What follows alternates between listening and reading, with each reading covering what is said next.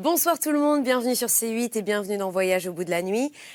Je vous propose de continuer tout de suite la lecture du Château de Kafka, un roman publié en 1926, le dernier roman inachevé de Franz Kafka. Nous sommes au deuxième chapitre, nous avons fait la connaissance du personnage de K, qui se présente comme un arpenteur qui vient de débarquer dans le village et qui essaie par tous les moyens de rentrer au château. Et c'est pas chose facile. Et là, il s'est retrouvé perdu. Il a quitté son auberge en suivant bêtement le messager qui lui avait été envoyé pour lui faire passer un message. Et il n'a pas du tout envie de rester dans cet endroit, dans cette maison. Et il se sent il se sent très mal à l'aise. Et donc, il est en compagnie de la belle Olga qui le guide dans une autre auberge où il espère pouvoir trouver refuge parce qu'il n'a absolument pas envie de passer la nuit chez Barnabas, ce messager qui l'a guidé jusqu'à chez lui. Bonne lecture, les amis. Ah oui, petit rappel de réseaux sociaux, hashtag VBN, c'est notre hashtag. Vous pouvez nous écrire, vous pouvez réagir, nous poser des questions, nous faire part de vos impressions grâce à ce hashtag sur tous les réseaux sociaux. Voilà, bonne lecture, bon voyage. De l'extérieur, l'auberge ressemblait beaucoup à celle où K logeait. En général, il y avait d'ailleurs peu de grandes différences extérieures dans le village, mais on en remarquait tout de suite de petites. L'escalier du perron avait une rampe. Une jolie lanterne était accrochée au-dessus de la porte, et lorsqu'ils entrèrent, un bout d'étoffe flottait au-dessus de leur tête. C'était un drapeau aux couleurs du comté. Dans l'entrée, l'aubergiste, qui était manifestement en train de faire sa ronde, vint aussitôt à leur rencontre. De ses petits yeux inquisiteurs ou endormis, il regarda K, juste en passant, et dit « Monsieur l'arpenteur n'est pas admis au-delà du comptoir. » « Bien sûr, dit Olga, qui prit aussitôt la défense de K. Il ne fait que m'accompagner. » Mais sans la moindre gratitude, K s'écarta d'Olga et prit à part l'aubergiste tandis qu'elle attendait patiemment au bout du vestibule. « J'aimerais passer la nuit ici, dit K. »« Hélas, c'est impossible, fit l'aubergiste.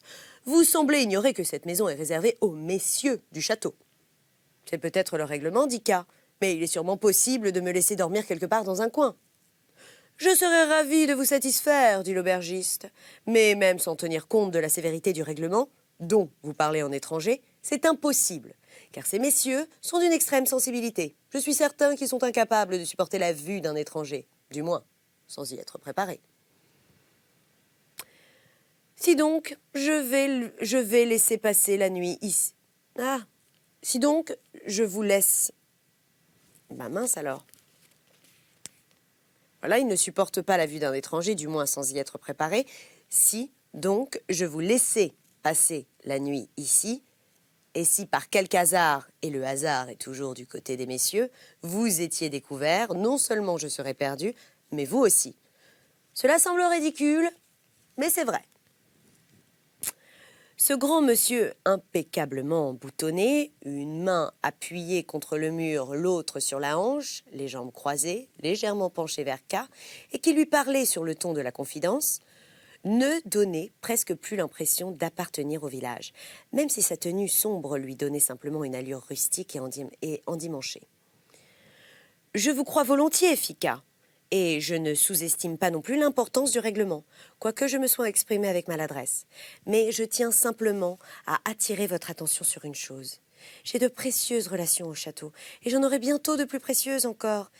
Elles vous prémunissent contre le danger qu'il pourrait y avoir à me laisser passer la nuit ici, et c'est la garantie que je suis en mesure de récompenser pleinement un petit service. »« Je le sais, dit l'aubergiste, et il répéta encore, « Je sais cela. » K aurait pu insister davantage, mais cette réponse singulière lui fit perdre le fil de ses pensées, et il se contenta de lui demander « Y en a-t-il beaucoup de messieurs du château qui passent la nuit ici, aujourd'hui ?»« De ce point de vue, les circonstances sont favorables aujourd'hui, » fit l'aubergiste sur un ton presque engageant. « Un seul monsieur est resté. » Encore incapable d'insister, mais espérant presque à présent se voir accepté, K se contenta de demander le nom du monsieur. « Clam !» dit l'aubergiste d'un ton détaché. Et il se tourna vers sa femme qui s'approchait dans un bruissement d'étoffe, des vêtements singulièrement élimés et démodés, surchargés de plis et de volants, mais d'une élégance citadine. Elle venait chercher l'aubergiste, car monsieur le chef de bureau désirait quelque chose. Avant de partir, cependant, l'aubergiste se retourna vers K, comme s'il appartenait à K, et non à lui, de décider s'il passerait la nuit là. Mais K ne put rien dire. Il était abasourdi que son propre supérieur se trouvât là en cet instant précis. Sans pouvoir vraiment s'expliquer pourquoi, il se sentait moins libre vis-à-vis de Clam que vis-à-vis du château. Si Clam le découvrait ici, K n'éprouverait pas de la frayeur, comme le suggérait l'aubergiste, mais une gêne pénible, un peu comme si, le cœur léger, il allait faire souffrir un homme auquel il était redevable.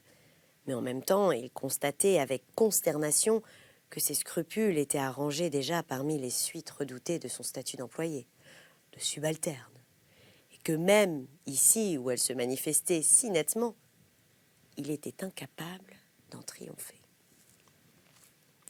Il resta donc debout, à se mordre les lèvres, sans rien dire, avant de disparaître derrière une porte. L'aubergiste se retourna encore une dernière fois vers K. Celui-ci le suivit du regard sans bouger, jusqu'à ce qu'Olga vienne le chercher pour l'emmener. « Que voulais-tu à l'aubergiste » demanda Olga. « Je voulais passer la nuit ici, dit K. »« Mais c'est chez nous que tu vas passer la nuit, dit Olga ébahie. »« Oui, bien sûr, » fit K, en lui laissant le soin d'interpréter ses paroles. Chapitre 3. Frida. Dans la salle, une vaste pièce entièrement vide au milieu, quelques paysans étaient assis contre le mur, sur les tonneaux ou à côté, mais ils avaient l'air différents des gens de l'auberge de K. Ils étaient plus propres dans leur mise, et tous vêtus d'une grosse étoffe d'un gris beige. Leurs vestes étaient amples, et leurs pantalons moulants. C'étaient des hommes de petite taille qui, à première vue, se ressemblaient beaucoup, le visage plat et osseux, quoique joufflu. Tous silencieux et presque immobiles, ils suivirent seulement du regard les nouveaux arrivants, mais avec lenteur et indifférence. Cependant, par leur grand nombre et le silence qui régnait, ils firent une certaine impression à K. Il reprit le bras d'Olga pour expliquer ainsi sa présence à ces gens. Dans un coin, un homme qu'Olga connaissait se leva et alla l'aborder. Mais du bras qu'il avait passé sous le sien, K la fit pivoter dans une autre direction. Personne à part elle ne put s'en rendre compte, et elle le laissa faire, en lui souriant du coin de l'œil. La bière fut servie par une autre jeune fille, nommée Frida. C'était une petite blonde qui ne payait pas de mine.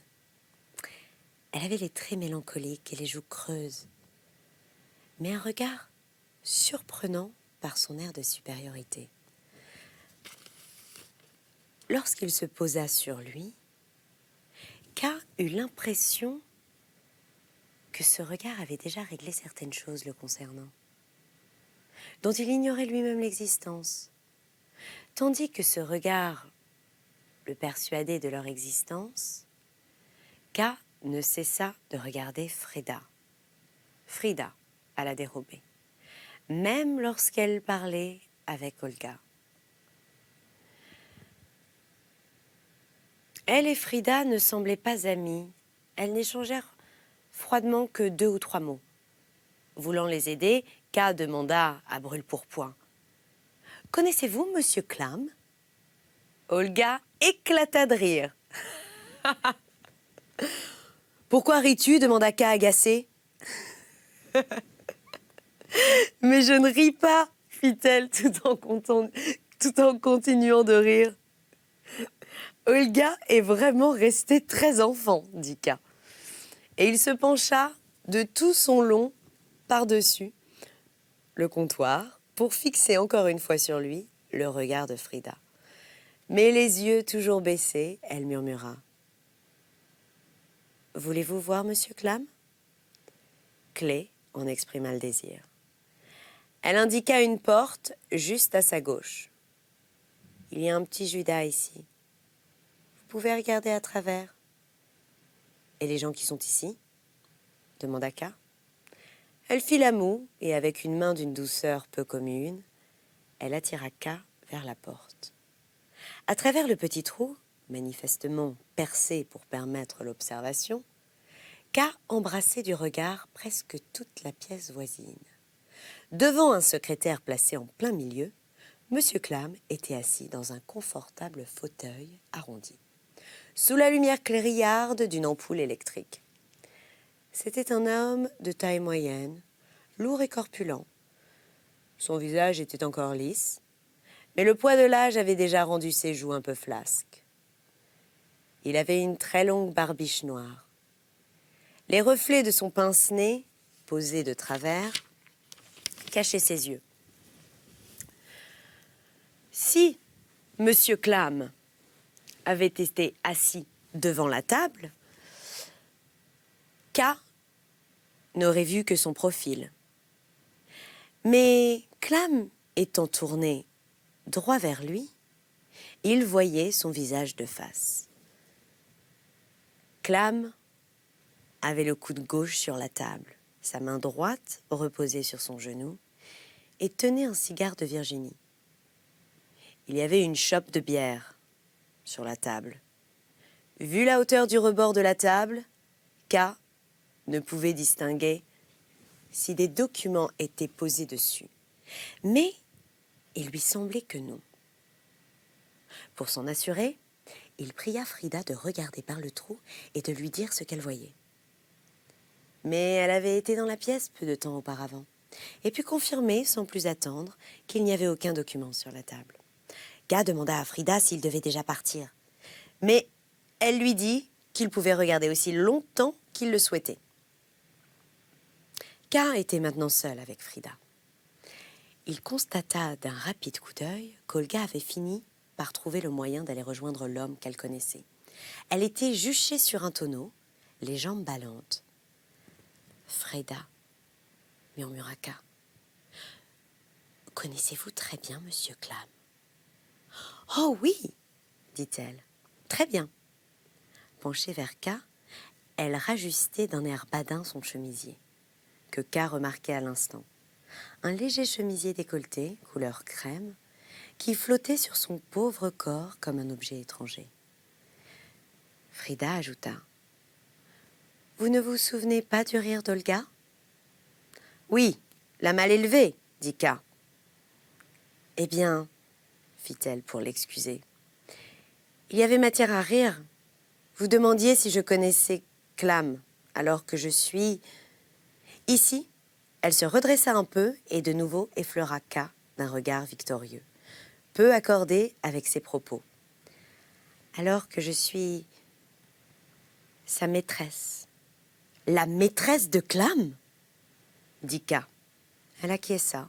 « Alors, vous êtes à mes yeux, dit K, en souriant pour ne pas laisser trop de sérieux s'installer entre eux, une personne très respectable. »« Pas seulement à vos yeux, dit Frida gentiment. » Mais sans répondre à son sourire, K avait le moyen de contrer son arrogance.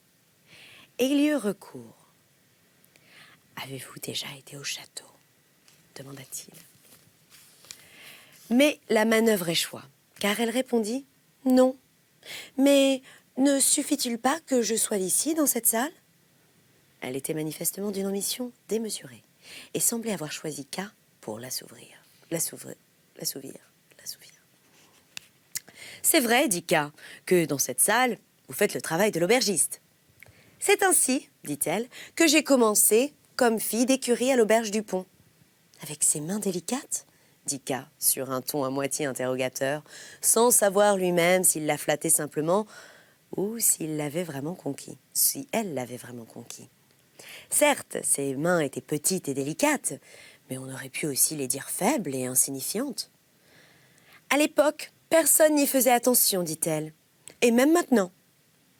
K l'interrogea du regard. Mais elle secoua la tête et refusa de continuer. Bien sûr, dit K, vous avez vos secrets et vous n'en parlerez pas à un individu que vous connaissez depuis une demi-heure et qui n'a pas encore eu l'occasion de vous dire ce qu'il fallait. Cette remarque s'avéra inopportune, comme s'il avait réveillé Frida d'un sommeil qui lui était favorable. De la pochette de cuir qu'elle avait suspendue à la ceinture, elle sortit un petit bout de bois et en boucha le judas. Puis elle dit à K, avec un effort visible pour ne pas lui faire sentir son changement d'humeur. « Et à votre sujet, je sais tout. Vous êtes l'arpenteur. » Puis elle ajouta, « Mais je dois retourner à mon travail. » Et elle regagna sa place derrière le comptoir, tandis qu'ici et là, des gens se levaient pour lui demander de remplir leur verre vide. Voulant lui parler encore une fois sans attirer l'attention, K prit un verre vide sur une étagère et s'approcha d'elle. « Juste autre chose encore. Mademoiselle Frida, dit-il. Il est extraordinaire d'arriver à devenir serveuse de bar quand on était fille d'écurie. Et cela exige une force exceptionnelle. Mais un être d'une pareille trempe a-t-il ainsi atteint son but ultime? Question idiote. Ne vous moquez pas de moi, mademoiselle Frida. Dans vos yeux, on lit moins la lutte passée que la lutte à venir. Mais les résistances du monde sont fortes. Elles augmentent avec les buts que l'on se fixe.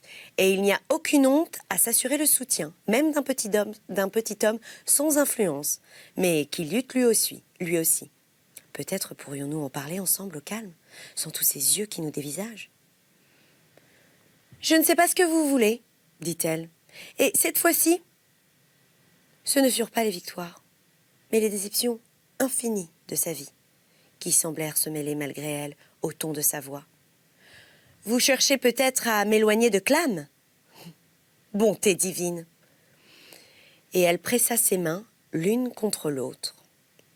« Vous m'avez percé à jour, dit K, comme fatigué par tant de méfiance. C'était bien ma secrète intention. Vous quittiez Clam et deveniez ma maîtresse. Maintenant, je peux m'en aller. »« Olga !» s'écria-t-il.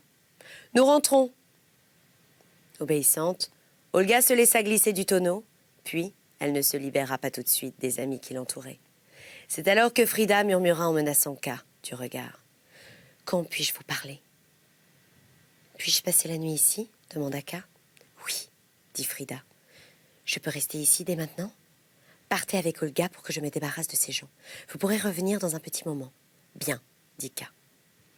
Et il attendit Olga avec impatience. Mais les paysans ne la lâchaient pas. Ils avaient inventé une danse dont Olga était le centre et faisaient la ronde autour d'elle. Et chaque fois qu'ils poussaient un cri tous ensemble, l'un d'eux rejoignait Olga, la saisissait d'une main par les hanches et la faisait pirouetter plusieurs fois.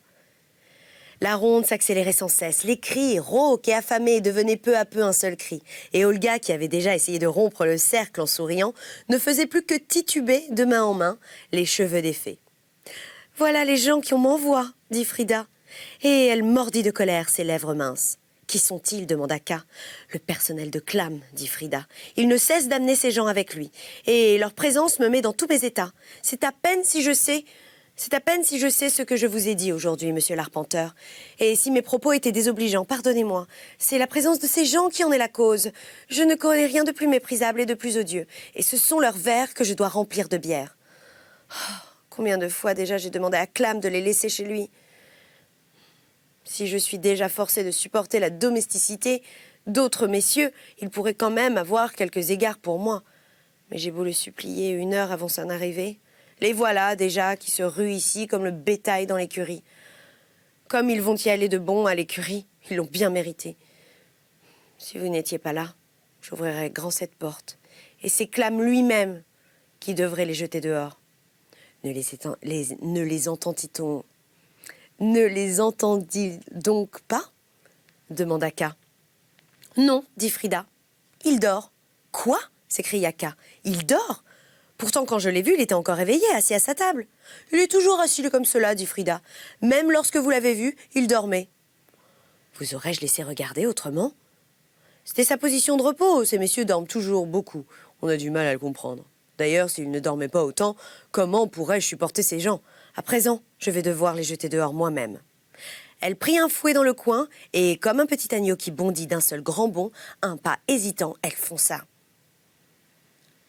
Et elle prit un fouet dans le coin et, comme un petit agneau qui bondit, d'un seul grand bond un peu hésitant, elle fonça sur les danseurs. D'abord, ils se tournèrent vers elle comme si une nouvelle danseuse était arrivée. Et de fait, on eut un instant l'impression que Frida allait laisser tomber le fouet. Mais elle le brandit de nouveau. « Au nom de Clam !» s'écria-t-elle. « À l'écurie, tous à l'écurie !» Voyant alors que c'était sérieux, ils furent saisis d'une panique incompréhensible pour K et commencèrent à se presser vers le fond de la salle. Sous la poussée des premiers, une porte s'ouvrit. L'air de la nuit pénétra dans la salle et tous disparurent avec Frida, qui manifestement leur faisait traverser la cour jusque dans l'écurie. Et voilà, nous allons nous arrêter pour le moment dans notre lecture du roman de Franz Kafka. Je vous retrouve un petit peu plus tard pour la suite de la lecture. Et puis après, ce sera une autre lectrice qui continuera ce roman. À tout à l'heure ou un autre soir si vous devez partir. Je comprends, on a tous des choses à faire. Salut.